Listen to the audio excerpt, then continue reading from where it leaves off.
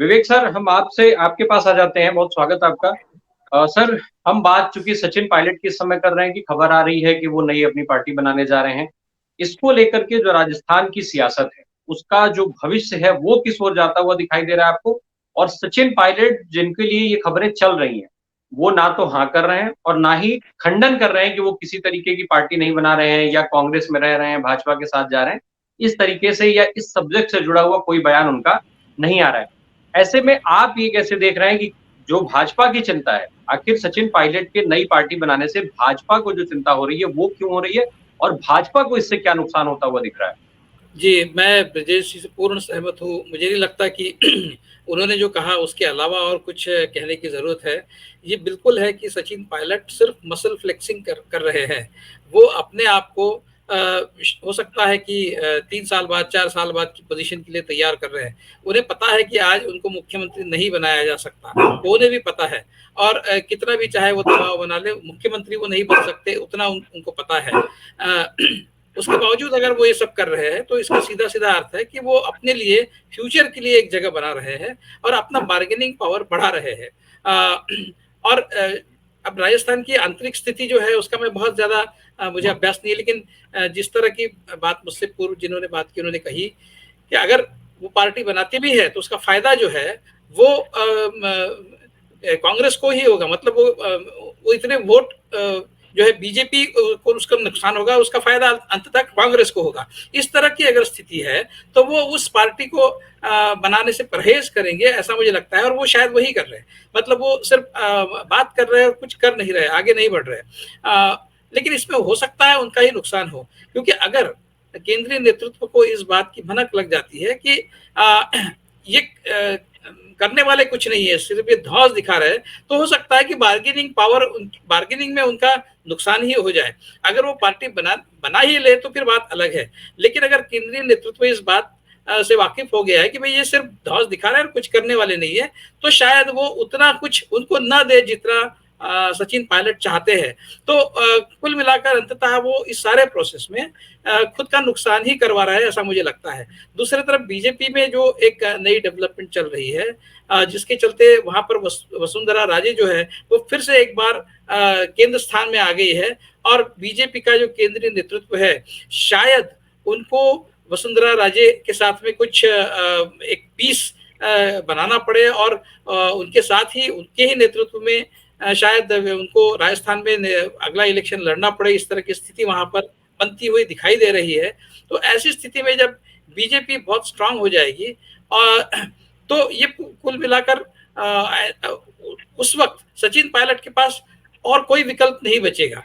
तो अगर वो बीजेपी में भी जाते हैं, मान लीजिए एक ऑप्शन बीजेपी में जाने का है, वो नहीं करेंगे बिल्कुल, उन्होंने इसके स्पष्ट संकेत दिए, तो भी वहां पर भी उनको कोई फ्यूचर नहीं है। तो कांग्रेस में वो चीफ मिनिस्टर बनने से रहे, बीजेपी में डिप्टी चीफ मिनिस्टर बनने से रहे, खुद की पार्टी अगर वो बना लेते हैं तो उसको कोई फ्यूचर नहीं है। तो ऐसी स्थिति में वो अगर अपने आप को इतने ऊपर के लेवल पर जाकर एक्सपोज करा रहे हैं तो खुद का नुकसान करा रहे हैं। और इसमें अंततः जो कांग्रेस के आज के मुख्यमंत्री है गहलोत, उनका ही फायदा है और वो बड़े आश्वस्त तरीके से इस पूरी सिचुएशन की ओर देख रहे हैं। उनका वहां पर कोई नुकसान होने जा रहा है, इस तरह की कोई स्थिति नहीं है। और जहां तक इलेक्शन के संभावित इलेक्शन के रिजल्ट्स की बात है, कांग्रेस का पलड़ा भारी है, इस तरह की बातें भी चल रही है। तो ऐसे ये सारे जो फैक्टर्स है वो सचिन पायलट को मजबूर करेंगे अपनी स्थिति से अब थोड़ा सा पीछे हटने के लिए, ऐसा मुझे लगता है। इससे ज्यादा और कुछ अभी आज की स्थिति में कहना मुश्किल है। विवेक देशपांडे जी, आप ऐसी जगह पर बैठे हैं जो आरएसएस का गढ़ है। जैसा अभी अशोक माथुर सर जिक्र कर रहे थे संगठन को लेकर के, भाजपा के बूथ लेवल पर इतने कार्यकर्ता हैं और तमाम चीजें हैं। सर, ठीक है कि संगठन मजबूत होना चाहिए, कांग्रेस का संगठन कमजोर हो, ये भी माना जा सकता है। पर एक तरफ राजस्थान में संगठन है, दूसरी तरफ मुद्दों की बात हो रही है जो अशोक गहलोत लगातार कर रहे हैं एज अ मुख्यमंत्री। आम आदमी से जुड़े हुए जो घोषणाएं हैं उससे लेकर के, और जो पीछे अभी उन्होंने महंगाई राहत कैंप लगाया जिसकी खूब चर्चा रही। सर, एक तो भाजपा मुद्दों से भागती रहती है, उस पर बात नहीं करती। दूसरी तरफ अगर इतना मजबूत संगठन है तो फिर चिंताएं किस चीज की है? फिर तो आराम से चादर फैलाइए, सोइए। फिर किस चीज की जरूरत है कि फलाने पार्टी बनाने जा रहे हैं तो डिमके को चेहरा बनाना है? तो इस तरीके की फिर इन कवायदों की जरूरत क्या है? अ, अ, ऐसा है कि सिर्फ संगठन से काम नहीं चलता। ये बात स्पष्ट तौर पे ऑर्गेनाइजर में जो भी जिस तरह का एडिटोरियल आया है उससे साफ हुई है कि भाई संगठन तो है, आरएसएस का संगठन है, बीजेपी का भी अच्छा संगठन है, लेकिन ऑर्गेनाइजर का एडिटोरियल क्या कहता है?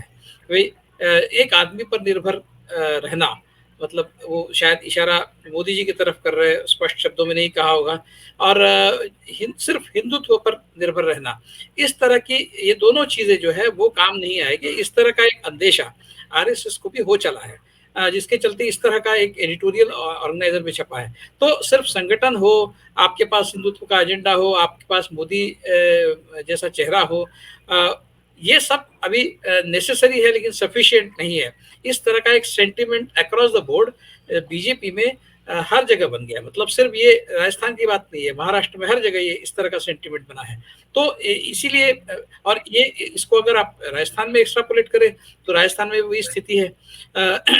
जिस तरह का सचिन सचिन पायलट ने जिस तरह से एक रिबेलियन खड़ा किया था उस समय, और उसके बावजूद वो उनके साथ में कुछ 17-18 शायद एमएलए थे, और वो अपनी साख अक्रॉस द बोर्ड पूरे राजस्थान में नहीं बना पाए।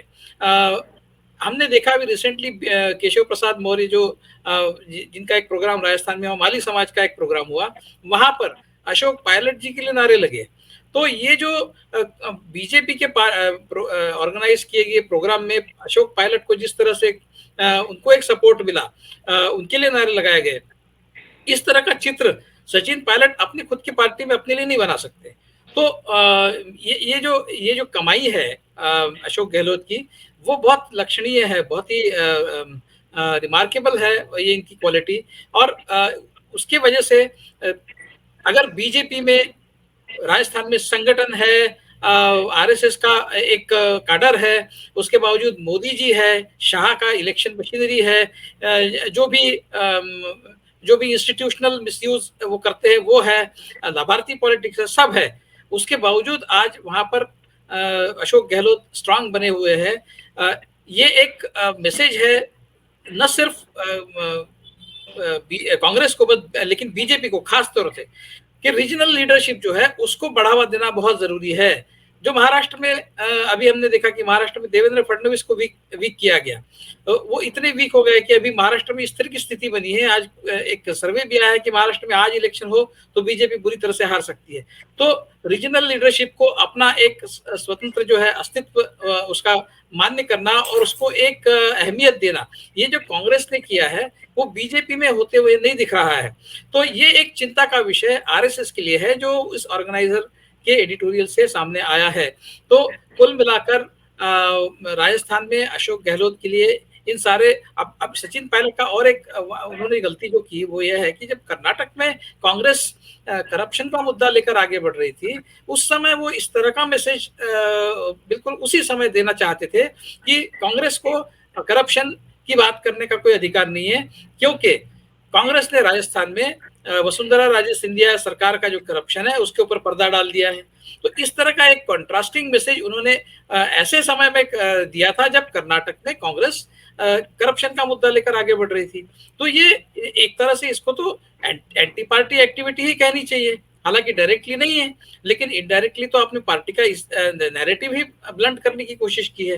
तो ये सारे जो फैक्टर्स है ये अशोक गहलोत को और ज्यादा राजस्थान में स्ट्रांग करते हैं, जिसके चलते सचिन पायलट ने ये समझ लेना चाहिए कि उनकी पहुंच कहां तक है।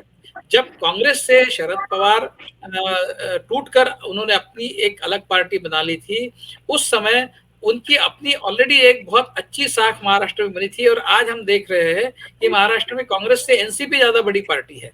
तो क्या सचिन पायलट के पास इस तरह का कुछ उनकी कुछ कमाई आज तक उन्होंने की है राजस्थान में?